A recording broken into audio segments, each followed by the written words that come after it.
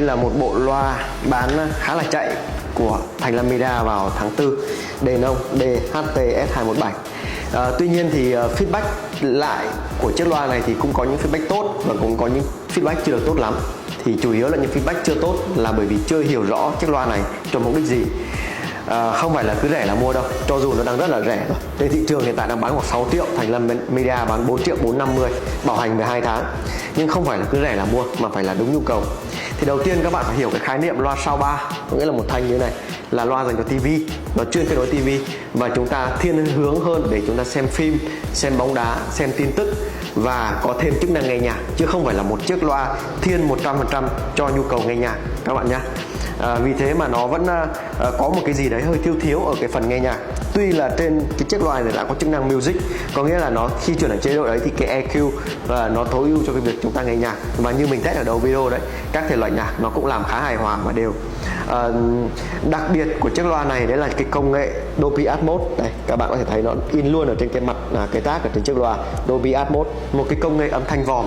Khi mà chúng ta ngồi ở giữa chiếc loa cách khoảng tầm 2 mét, nó sẽ tạo một cái âm thanh vòm xung quanh, tạo âm thanh sống động 3D hơn để chúng ta xem phim hay là nghe nhạc. Và có một chế độ là nâng tiếng để cái giọng hát nó nổi hơn là cái phần nhạc. Đây là tùy cái nhu gu mỗi người để chúng ta điều chỉnh. Và chiếc loa này thì chúng ta có thể kết nối vào loa ở nhiều cái cổng khác nhau. Đấy là cổng HDMI, cổng optical, cổng AUX và cổng Bluetooth. Một cái kết nối Bluetooth có nghĩa là ngoài việc kết nối nó với TV qua các cổng có dây thì nó còn là một chiếc loa không dây để chúng ta stream nhạc qua điện thoại. Và từ nãy giờ là mình phát nhạc qua Bluetooth đấy, không phải là qua dây đâu. Đấy là một số cái các bạn cần lưu ý khi lựa chọn chiếc loa này. Còn nếu các bạn muốn mua một chiếc loa mà có cái giải để chuyên để nghe nhạc, không phải để kết nối TV, thì mình vẫn khuyên các bạn nên chọn những loa của những thương hiệu như là JBL, Calip, B&O, Marshall và cả Denon Home là cái dòng loa để chuyên nghe nhạc hơn. Còn cái con soundbar này vẫn là chuyên xem phim, xem bóng đá, xem tin tức thời sự và có thêm chức năng nghe nhạc các bạn nhé. Và có một cái đặc điểm nữa mà mọi người hay bị tâm lý thôi, đấy là thích một chiếc soundbar phải có một cục sắp rời. Đấy là một nhu cầu rất là thiết thực, bản thân mình cũng vậy. Bởi vì khi có một cục sắp rời thì cái giải bass của nó đánh rất là sâu và nghe nó rất là nội lực. Tuy nhiên thì không phải là cái thiết kế nào nó cũng có cái không gian để chúng ta đặt cái cục sắp đấy. Thì cái con DHT-S217 này nó tích hợp luôn hai cái woofer phía dưới trong chiếc loa, chứ không phải là nó không có sắp mà nó tích hợp luôn bên trong chiếc loa này.